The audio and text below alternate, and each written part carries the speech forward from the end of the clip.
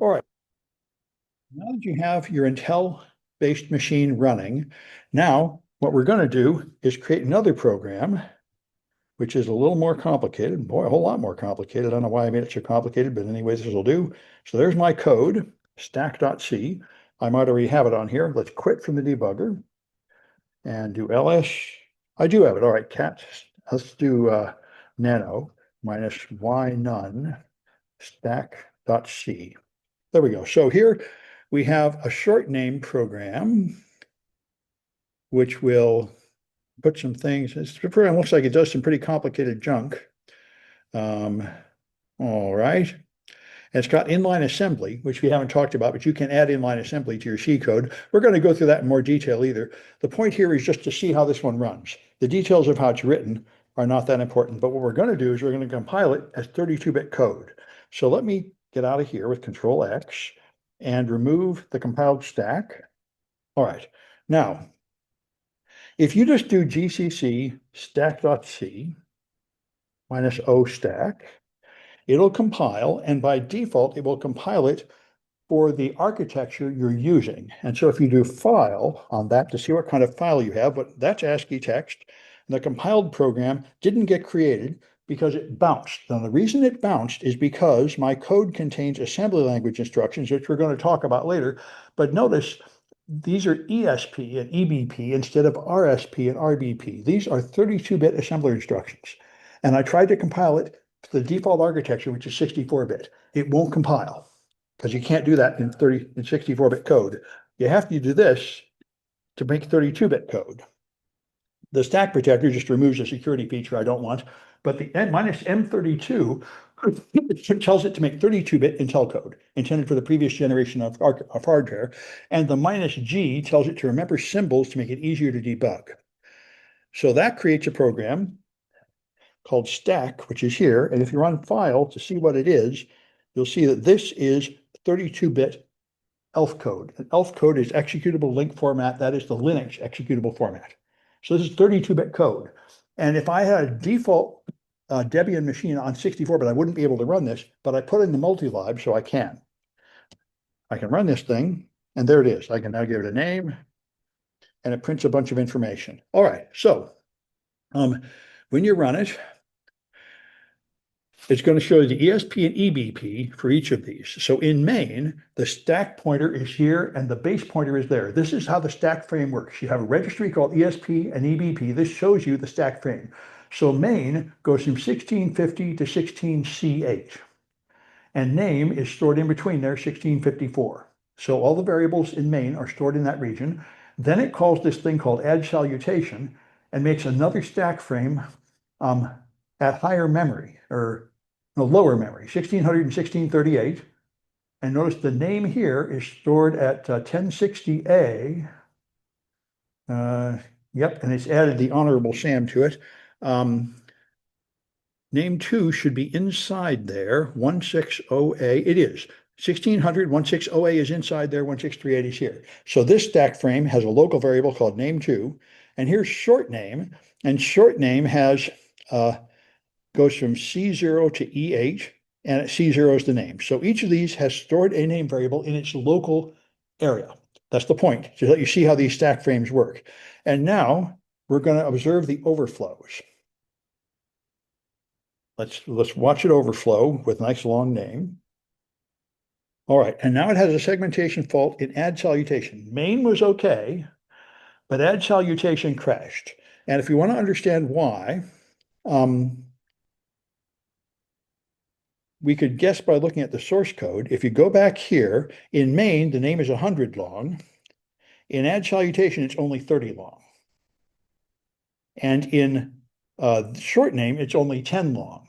So the same name is used over and over. So the name was less than 100, but more than 30. So it overflowed this and created a machine crash. That's a buffer overflow. All right. And so we can also see that in the debugger. So let's debug that program, GDB minus Q for quiet stack. All right. And run. And give it a short name like Fred. All right. And now it runs normally and exits. So that's good. Now we're going to view the stack frame of the main function. So I can list, because I included the -G, I can work for source code with C source code. I don't have to read assembly code at this point. So there's the source code for the main routine. All right. And now I can put a breakpoint in there and run it and see what's going on in there. So I'm going to break at line 58 here inside that routine. Before it tries to use the name, I'm going to just put a break there, 58. And now I can run it again. And when you're doing this kind of work, trying to see how memory is used, it's best to use simple characters you can find. So I typically use 4 A's. I can spot that. That's going to be 41, 41, 41, 41. If I had that long name, it's hard to spot it in hex. So I put that in memory. I want to see where that's stored in memory. So when I'm here, I can now do info registers to see the local registers on the machine. They're only 32 bits wide now because this is 32-bit code. The most important registers to me are these two, ESP and EBP. This is the top of the current stack frame and this is the bottom. So all the local variables should be in between there, including the AAAA I typed in. So I can find it with X32X. This is going to examine 32 hexadecimal words starting at the stack pointer. And so EBP is deep. Now the way to read this is Intel is little endian, which means the least significant byte of an integer is the first. So this is actually byte 450, 451, 452, 453. This is 454, 5, 6, 7. That seems screwy and backwards, but you're going to get used to it. That's the way it is. So this is the first 32-bit word, which goes from 450 and includes 453. This is the second one from 454 to 457. This is 458 to 450C, 450B, pardon me, which is 11. This is 45C in hex. So the four 32-bit words use up 16 bytes. And that's how you read it. And notice right here's the A's I put in there. There they are. They're on the stack. And now the stack frame goes from 450 to 4C8. So here is 4C048.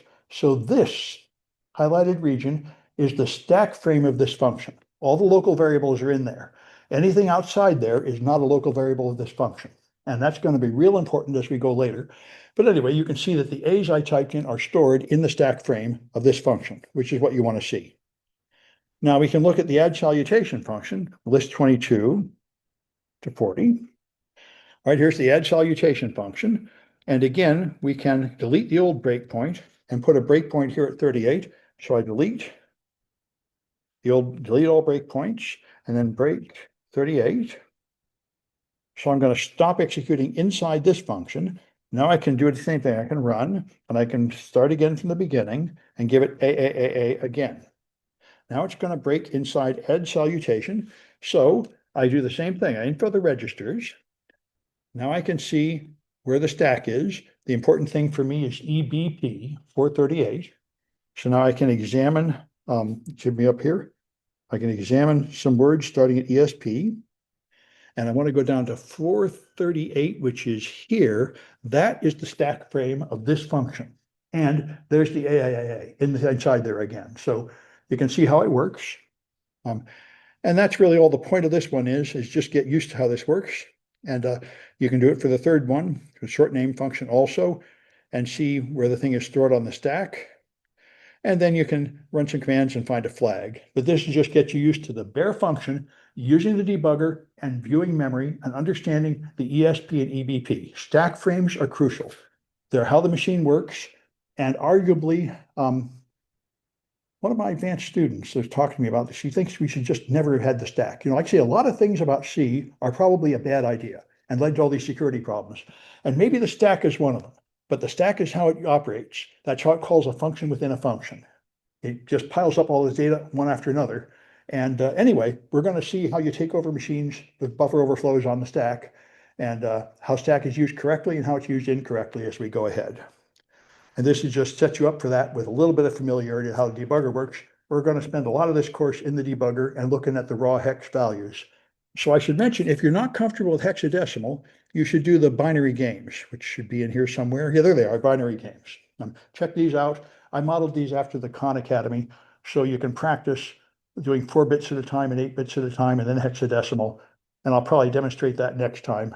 I think we've done enough for today, but those are things to go to. If you're not yet comfortable with binary, it'd be a good idea to do those. I'll demonstrate one of them next time. Are there any questions about anything? When I stop the recording, I find the right button to press.